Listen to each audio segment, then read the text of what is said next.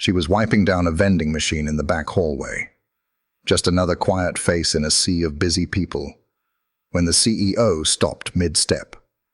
At first, he thought he misheard, but no, that was definitely Japanese.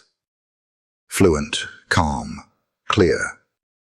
Then, just seconds later, she turned and spoke Korean to a confused intern, not broken, not hesitant, fluent. The CEO watched, frozen, as she switched again, this time helping a delivery driver in German, pointing him down the corridor with perfect pronunciation.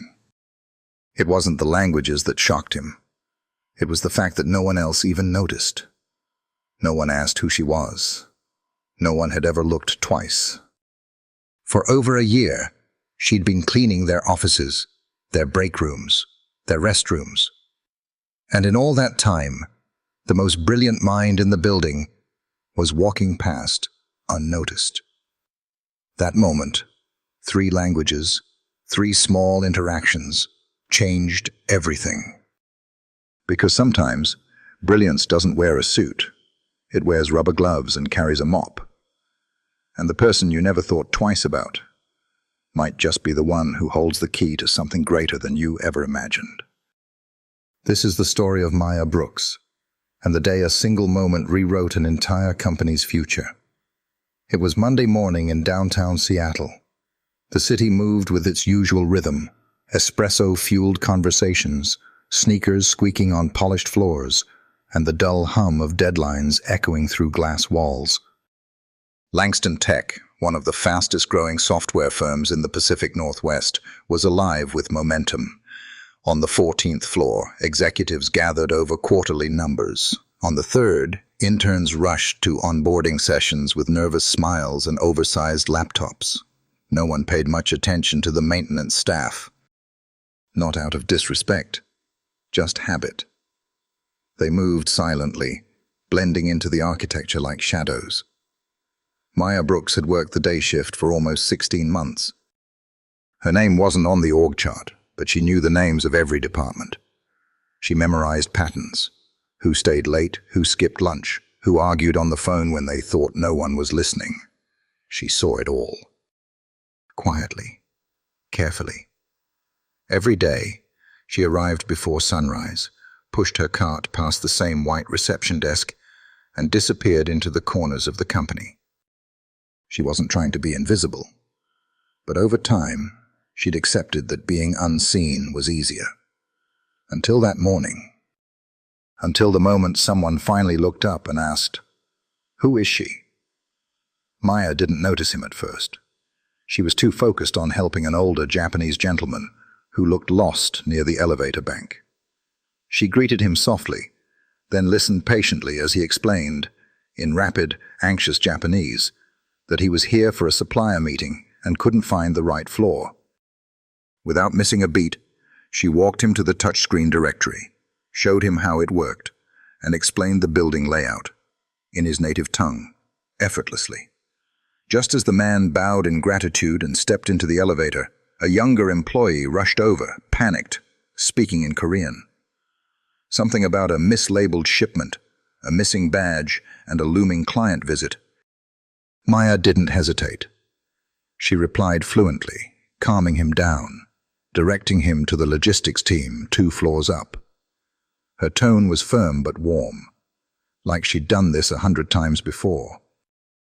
Then came the delivery guy, tall, flustered, arms full of boxes, speaking German with a heavy Bavarian accent. Maya smiled faintly, shifted her stance, and welcomed him in perfect German. Not textbook German. Real-world, conversational, lived-in German. David Langston, the CEO, stood 20 feet away, completely still. In under 3 minutes, this woman, who'd cleaned the corner of his office last week without a word, had just handled 3 situations, across 3 languages, like it was nothing. David stood there, momentarily speechless. Not because he didn't believe her, but because there was no trace of ego in her voice. Just quiet certainty. 10 languages, he repeated. And yet you're working here? Maya glanced down, then back at him. Yes, sir. How long have you been with the company? 16 months. Day shift. Facilities team. David rubbed the back of his neck. I'm the CEO of this company, and I didn't know your name until right now. She didn't respond, just a soft, half smile that said she was used to it. I'm sorry. That's not okay, he said. It's not about apologies, Mr. Langston. I'm not here for attention. I'm here because the hours work. It lets me pick up my son from school. David's eyes narrowed slightly, not in judgment, but curiosity. You have a son? 13. Smart, stubborn, obsessed with coding. I'm just trying to keep the lights on and show him what consistency looks like. He nodded slowly. And before this? Before all this? She hesitated, then answered. UCLA. Linguistics graduate program. I dropped out midway through my master's. My father had a stroke, and my mother had early dementia. I took care of them until they passed. Then I had my son, no partner. Just me. The elevator ride was quiet. Not awkward, just heavy with something unspoken. Maya stood with her hands folded, her expression neutral but alert. David, a tall man in his mid-40s with a kind but weathered face, stared at the numbers above the door. Floor 8, Floor 9, Floor 10. Neither of them spoke until the chime rang and the doors slid open onto the executive level. It looked exactly like she imagined. Glass walls, soft carpets, polished wood. Everything smelled like citrus and espresso. Quiet money. Not flashy, just intentional. As they stepped out, a young assistant glanced up from behind a sleek white desk, eyes wide as she spotted Maya beside the CEO. David didn't explain, just gave a subtle nod, and the assistant quickly buzzed them in. Inside his office, sunlight poured through tall windows, bouncing off a framed photo of his daughters, a globe, and a signed first edition of something she didn't recognize. A tray of untouched croissants sat on a glass table. The place was orderly, but lived in. David gestured to the chair across from his desk. Please, sit. Maya lowered herself into the leather seat carefully, still unsure if this was an interview, a warning, or a strange dream. He sat across from her, elbows resting on the desk, fingers lightly tapping. Miss Brooks, I'm going to be honest. I didn't expect to have this conversation today. She nodded slightly, neither defensive nor expectant. But I just saw you solve 3 problems in 3 languages in under 3 minutes, and that's not something I can ignore. Maya said nothing. So help me understand. How does someone with your ability, your discipline, end up working here, mopping floors? She looked at him, not cold, not embarrassed. Just steady. You want the real answer? I wouldn't have asked otherwise. She took a breath. I grew up in Oakland. My mom was a nurse's aide. My dad was a forklift operator. They didn't have much, but they gave me everything that mattered. Curiosity, work ethic, and a library card. David's mouth quirked slightly. I loved languages. Obsessed over them. Got a full ride to UCLA, majored in linguistics. Was halfway through a master's when life happened. She paused. My dad had a stroke, then my mom was diagnosed with early onset dementia. I dropped everything to come home. Took care of them until they passed. By then, I was behind on rent, out of school, and pregnant. The father didn't stick around. He didn't interrupt. I worked whatever I could find, warehouse night shifts, cafeterias, temp jobs. This janitorial position opened up 2 years ago. The hours were stable. I could get my son to school and back. I took it. Never planned to stay this long. David leaned back, digesting every word. But the languages, he said. You didn't stop. She shook her head. Never. I studied on my breaks. Translated news articles for fun. I even volunteered to help patients at the county hospital who spoke little English. No one ever asked how I knew so many languages. They just assumed I couldn't. He looked at her, something tightening in his chest. Guilt again, maybe. Or regret, that someone like her had slipped under everyone's radar for so long. "I need someone like you," he said suddenly. She blinked. "Excuse me?" "I need someone who sees what others miss, who hears things the rest of us tune out. Someone who can speak to the world without needing translation software." Maya sat straighter. "For what, exactly?" He took a breath. "I want to create a new role, cultural experience coordinator. Someone who manages international visitors, vendor relations, cross-cultural training, internal mentoring. Basically, the bridge we didn't realize we needed." She frowned. "But I don't have a degree, not a full one anyway." David waved his hand. "You've got something better. Experience, empathy, execution. I've met people with 3 MBAs who couldn't do what you did this morning." Maya looked down. "This feels sudden." "It is, but not undeserved." "What would it pay?" she asked quietly. He smiled. "Considerably more than you make pushing that cart." She exhaled slowly. "I don't have a wardrobe for this kind of thing. I'll have HR set up a stipend. Will people accept this? Some will. Some won't, but I don't hire based on what makes others comfortable. I hire based on what moves us forward." There was a long pause. Then Maya said, "You sure this isn't charity?" He shook his head. "If this were charity, I'd be insulting both of us. You earned this." "I'm just trying to catch up to reality." She stood slowly, her voice steady. "Okay, I'm in. Let's see what I can do." David stood too, extended his hand. "Welcome to leadership." They shook, and somewhere between the silence and the sunlight, a chapter quietly turned. The whispers started before lunch. "Maya Brooks, from Janitorial. She's in a meeting with David." "Like, in the office?" "No way, that can't be right." But it was. And by the time the company's Slack channel started pinging with half-baked theories, Maya had already returned to the facility's break room, calm and quiet, like nothing had changed. Except everything had. By mid-afternoon, the whole 14th floor knew the woman who mopped their floors was now going to be working next to leadership. Some applauded it, some raised eyebrows, others just stared longer than usual when she passed. In the marketing department, 2 associates huddled over salads. "I've got an MBA from Duke," one whispered. "She's got..." "What?" "A bucket and a broom." Her co-worker shrugged. "Apparently 10 languages. And no degree." "Yeah, but she helped close that Japan deal last quarter, didn't she?" "No translator needed. She's not trained for this. Maybe not formally. But have you ever seen someone keep a room calm like she does?" Meanwhile, in the HR department, Linda Graves, director of personnel, sat silently reading David's internal announcement. Her lips were tight, her eyes narrowed. "Unvetted. Uncertified," she murmured. "This sets a dangerous precedent." But David had already made the call official.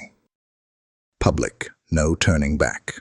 By the next morning, Maya had a new badge, a new desk on the 12th floor, and a nameplate that read Cultural Experience Coordinator. She arrived early, wore simple slacks and a soft navy blouse. No jewelry, no fanfare. As she walked through the halls, people watched. Some nodded, some whispered, a few smiled. But Maya just kept walking, head high, heart steady. She wasn't there to be liked. She was there to be useful. The meeting request came in at 10:37 a.m., sharp, from Linda Graves. Subject, urgent. Alignment discussion. Maya Brooks. Location, HR Conference Room B. Maya paused when she saw it. No explanation. Just time, place, and her name in all caps. At precisely 11 o'clock, she stepped inside the windowless room. Linda was already seated. Stiff blazer. Neutral lipstick. a stack of printed documents in front of her like armor. "Please sit," Linda said without looking up. Maya sat. Linda tapped her pen once. "You've created quite a stir, Miss Brooks." Maya kept her gaze level. "That wasn't my intention." "No. But it was the result, a beat." "I've reviewed your personnel file," Linda said. "No formal degree, no certification in international relations, no management experience. Would you agree with that summary?" "Yes, ma'am. It's accurate." "Then help me understand how someone with your background is now in a role with executive visibility." Maya folded her hands.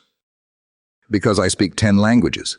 Because I've mediated vendor disputes in 3 of them before 9 a.m. yesterday. Because I understand the people we work with, not just what they say, but how they say it." Linda's mouth flattened. "That may impress the CEO, but it doesn't meet protocol." "Respectfully, sometimes protocol misses what matters." Silence stretched. A long one. Linda leaned forward. "You understand you're under scrutiny. This isn't just a promotion. It's a statement." "I understand," Maya replied. "And I'm not here to be symbolic. I'm here to work." Linda blinked, the smallest crack in her composure. "And if this experiment fails," Maya didn't hesitate, "then hold me accountable.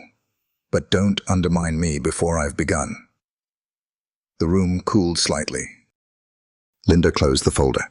"Very well. Let's see what you can do." Maya stood, nodded politely, and left the room without another word. Behind her, Linda exhaled slowly, still not convinced, but for the first time, no longer dismissive. Later that week, the company hosted a vendor onboarding session with a new logistics partner from Hamburg. The plan was for Maya to shadow, observe, and learn the ropes from the corporate liaison team.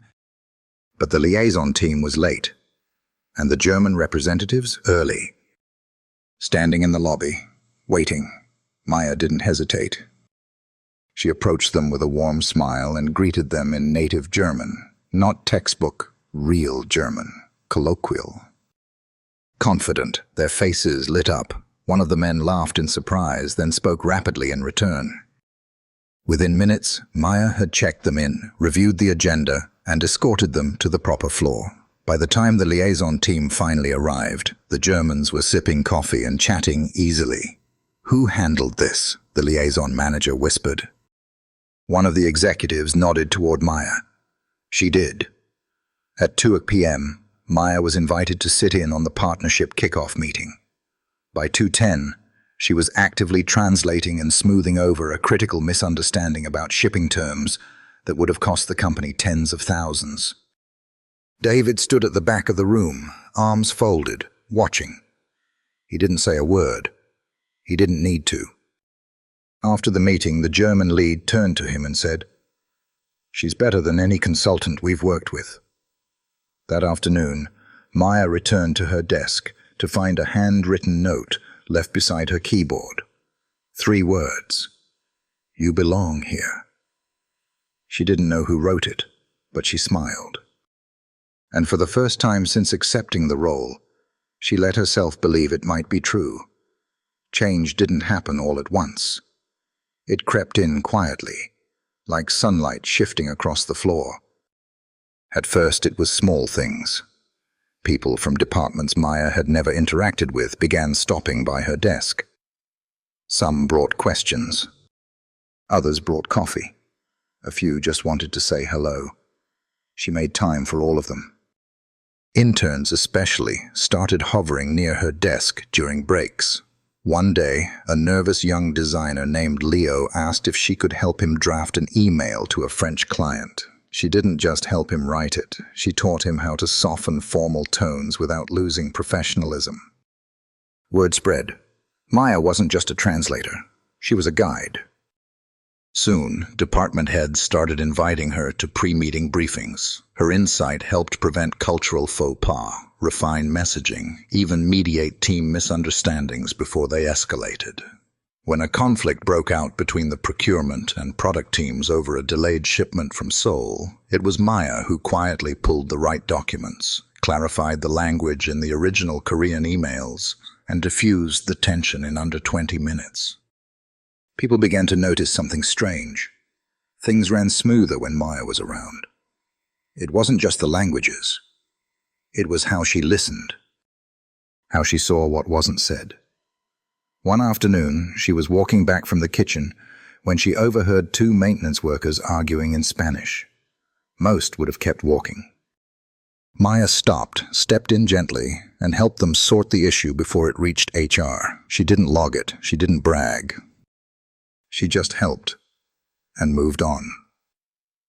By the end of the quarter, Langston Tech's internal surveys showed something no one expected. Employee satisfaction had ticked upward, particularly in departments that interacted with Maya regularly.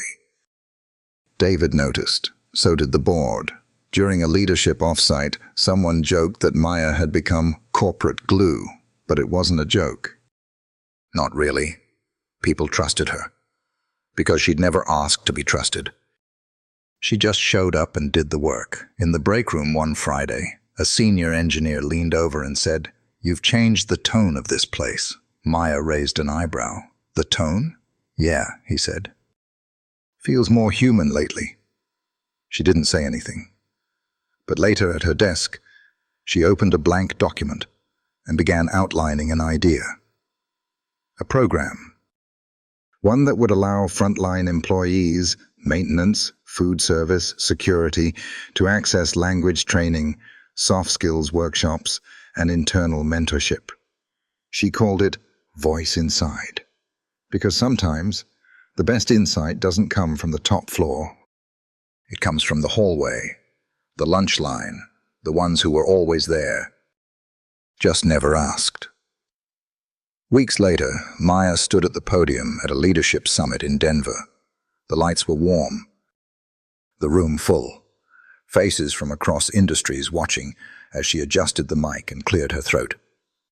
"I was never supposed to be here," she began. "At least not according to the usual path." A quiet laugh rippled through the crowd. "I didn't climb the ladder. I was cleaning under it. But I was always learning, listening, translating, even when no one asked me to." She paused. "What I've learned is this. Talent doesn't always announce itself. Sometimes it whispers. And if you only listen for the loudest voices, you miss the brilliance standing beside you." Heads nodded. Some leaned in. "My job now isn't just to translate language. It's to translate people. Their needs, their silence, their potential. Because everyone has something to say, even if they've been told to stay quiet." A hush settled over the room. Maya looked out at the crowd. "So next time you walk past someone without a title, ask yourself, what story are you missing? What talent have you stepped over without seeing?" She smiled, soft and steady. "Greatness doesn't always wear a name badge. Sometimes it carries a mop, and it doesn't need permission to shine." She stepped back. The applause rose slowly, then all at once. And somewhere in the audience, a young woman in a janitor's uniform wiped her cheek and whispered, "Maybe that could be me."